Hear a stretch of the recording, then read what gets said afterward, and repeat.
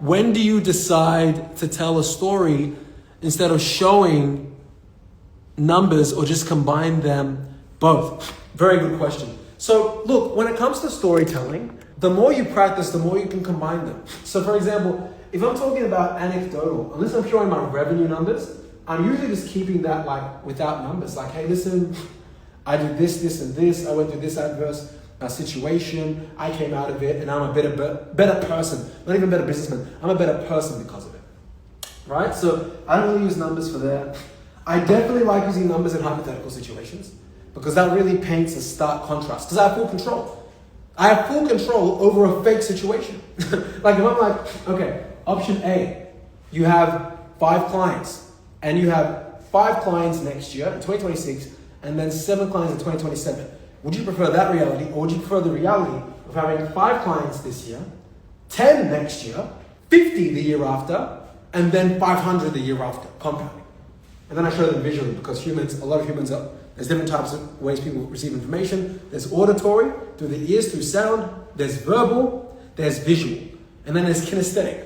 So there's some people where like, if I'm doing sales training, I'm like copying, like, yes! And they're like, yes! But then there's some people that are more auditory. So I'm like, hey, listen to my sales calls. Listen to them.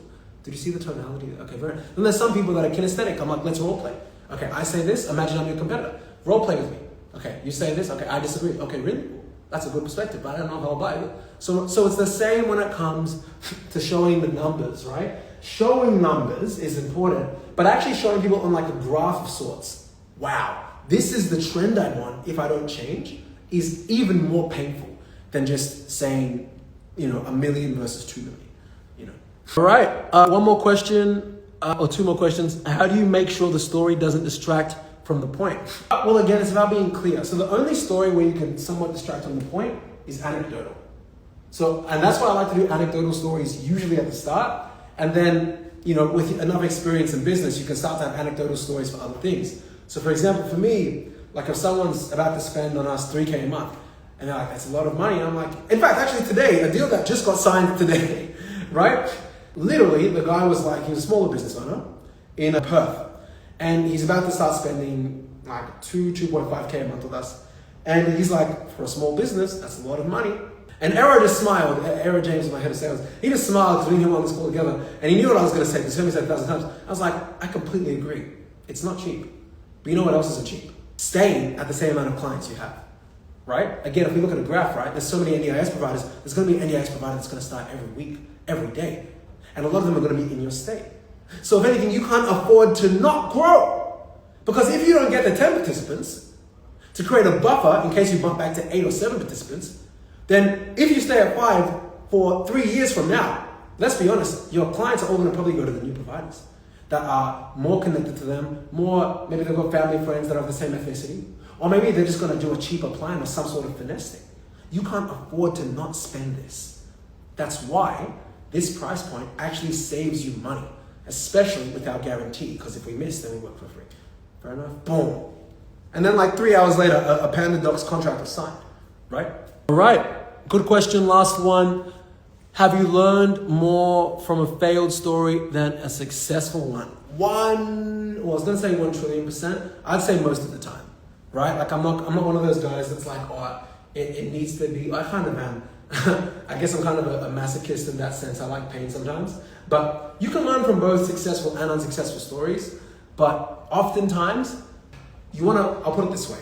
Study like the crap out of really successful things so you can model them. But there is so much to be learned from personal failure. Personal failure. Not because of the learning in and of itself, like you're gonna learn something, then applied learning is what's gonna help you come out of it.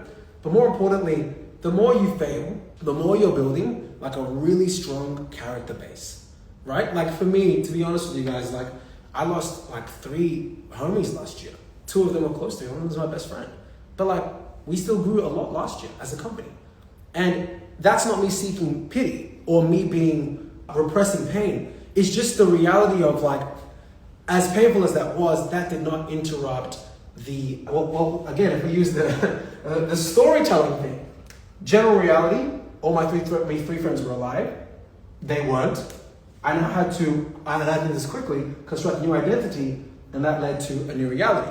And that new reality in my situation was continuous growth, right? So I'm telling you guys, humans, we're very cyclical.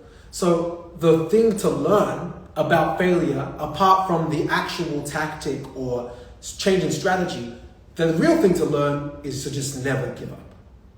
That is the real thing to learn. And the more I do entrepreneurship, and the more I invest into good stuff and good people and good teams, and the more I push myself to the limits of what I'm capable of, the more I realize it really is the game of not giving up.